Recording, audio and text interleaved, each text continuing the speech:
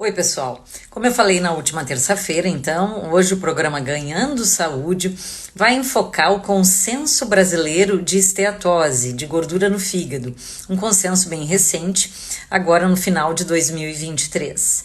Então, eu vou pontuar para vocês algumas das recomendações importantes que foram definidas nesse consenso sobre o tratamento, a investigação dessa doença hepática tão importante e tão comum na nossa época.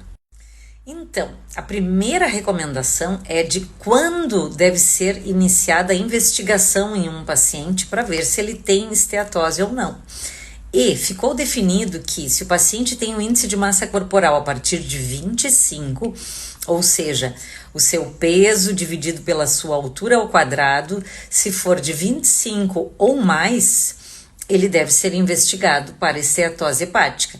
Então, isso significa que a partir de sobrepeso, porque o índice de massa corporal a partir de 25 é sobrepeso, deve ser feita uma investigação para ver se o paciente tem gordura no fígado ou não.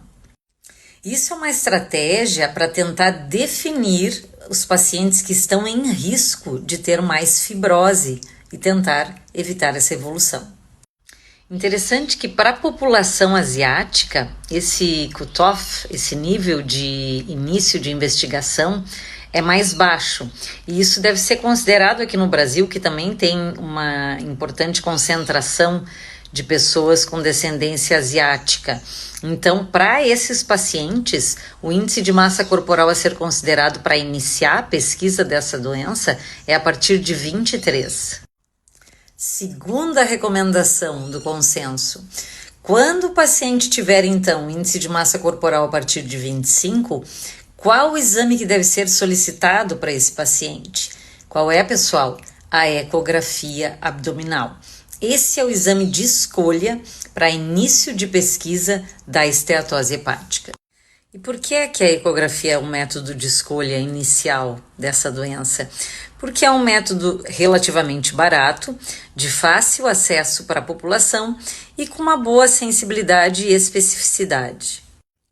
Terceira recomendação: em pacientes com obesidade grau 2, ou seja, índice de massa corporal de 35 para cima, o exame recomendado é a ressonância magnética. Por quê? Nesses pacientes, a espessura do tecido subcutâneo pode ser muito elevada e isso vai dificultar o diagnóstico da esteatose hepática através da ecografia. Então, nesses casos, a ressonância vai ter uma melhor acurácia. Ah, mas por que não pede então direto a ressonância? Porque é um exame muito mais caro, não existe essa necessidade. Quarta recomendação: a elastografia hepática, ou FibroScan, é um método muito bom para nos ajudar a detectar o grau de fibrose no fígado. E isso a ecografia não consegue nos dar. Ela não tem essa sensibilidade tão grande para nos quantificar a fibrose. Então, a elastografia hepática é um ótimo exame nesse sentido. E quinta recomendação, na realidade uma orientação, que as transaminases, ou seja, as enzimas hepáticas, a TGO e a TGP, que tanto a gente solicita nos exames de sangue, por si só não podem atuar como exames de screening para a gordura no fígado. Ou seja, o paciente pode ter gordura no fígado, pode ter inclusive fibrose, inclusive cirrose, eu diria, e estar com as enzimas normais. Então, nós solicitamos os exames, avaliamos esses exames, as provas de função hepática, mas sozinhas as enzimas não nos definem se existe gordura no fígado ou não e qual é o grau de gordura no fígado, se está grave ou se está leve. Bom, pessoal, o vídeo já está ficando um pouquinho extenso e tem bastante coisa para eu falar sobre o consenso ainda, principalmente com relação ao tratamento, então eu vou deixar isso para um segundo vídeo, tá?